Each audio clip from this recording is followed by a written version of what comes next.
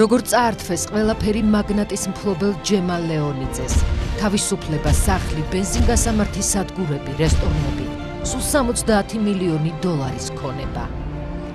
ბინაც აღარა გვაქვს, ბინაც სხვისა და დროებით ვცხოვრობ, ჩვენ აღარაფერი არ გაგვაჩნია. ანუ ვინც იხეირა, ალბათ ის იყო დაინტერესებული. გალფის პრობელი არის, როგორც ვიცით, დავით გეზერაშვილი.